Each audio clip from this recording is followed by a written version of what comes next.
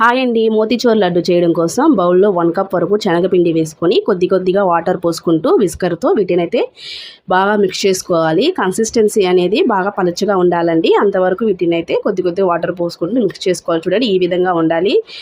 Oil వేడిగా ఉండేటప్పుడే ఈ విధంగా మనం పకోడాలాగా వేసుకోవాలి. లేదంటే పలచగా ఈ విధంగా చుట్టూ వేసుకున్నాం అనుకోండి, అవి పొడి పొడిగా వస్తుంది మనకి. ఈ విధంగా వేసుకున్న తర్వాత క్రిస్పీగా ఫ్రై చేసుకొని వీటినన్నిటిని ఒక ప్లేట్లో తీసుకొని పూర్తిగా చల్లారనివ్వాలి. చూడండి ఈ విధంగా క్రిస్పీగా రావాలి. చల్లారిన తర్వాత మిక్సీ జార్లో వేసుకొని వీటిని కోర్సుగా పౌడర్ చేసి తీసుకోవాలి. మరీ మెత్తగా పౌడర్ చేయకూడదు. కోర్సుగా చూడండి ఈ విధంగా పౌడర్ చేసి తీసుకోవాలి. ప్యాన్లో 1 కప్ వరకు చక్కెర వేసుకొని 3/4 కప్పు వరకు వాటర్ పోసుకొని చక్కెరనైతే పూర్తిగా కరిగించాలి. దీనికి పాకం అవసరం లేదండి. చక్కెరని పూర్తిగా కరిగిస్తే సరిపోతుంది. 2 ఏలకలు దంచి వేసుకొని ఫుడ్ కలర్ వేసుకొని బాగా కలుపుకోవాలి.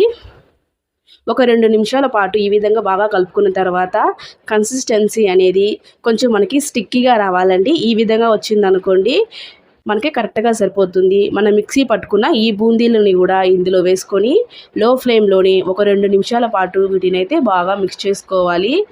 ఈ విధంగా మిక్స్ చేసుకుంటూ ఉండాలండి.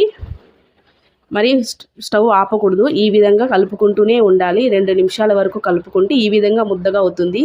స్టవ్ ఆఫ్ చేసేసి మూత పెట్టి గోరువెచ్చగా ఉండేంత వరకు వీటినైతే పక్కన పెట్టుకోవాలి. ఇందులో పుచ్చకాయ సీడ్స్ వేసుకొని బాగా కలుపుకోవాలండి. చేతికి కొద్దిగా నెయ్యి అప్లై చేసుకొని వీటినైతే చిన్న చిన్న ఉంటలుగా చేసుకుంటే మన మోతీచూర్ లడ్డు అయితే రెడీ అయిపోతుంది. అంతే అండి, మోతీచూర్ లడ్డు అయితే రెడీ. ఈ వీడియో నచ్చితే లైక్ చేసి సబ్స్క్రైబ్ చేసుకోండి. Thank you.